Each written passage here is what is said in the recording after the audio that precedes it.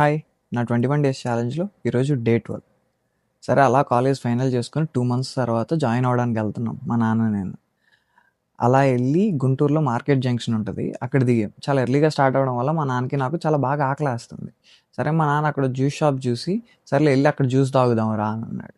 సరే అని చెప్పి వెళ్ళాం. నేను లోపల కూర్చొని జ్యూస్ తాగుతా ఉన్నా. మా నాన్న తాగేసి బిల్ కట్టేసి బయటకొచ్చి నించొని ఆలోచిస్తున్నాడు. "ఏమైంది నాన్న" అన్నా. "అరే అక్కడ మన ఊర్లో బాలాజీ అంకుల్ షాప్‌లో జ్యూస్ తాగి పక్కన బేకరీలో ఏమన్నా తిని అట్లా డబ్బులు కట్టి వచ్చేస్తుంటే అసలేం అర్థం కాలేదు. ఇక్కడ 2 గ్లాసుల జ్యూస్‌కి 300 తీసుకున్నాడురా! నాకసలేం అర్థం కావట్లేదురా" అన్నాడు. ఇంకా అదే ఆలోచనతోటి డైరెక్ట్‌గా కాలేజ్‌కెళ్ళాం.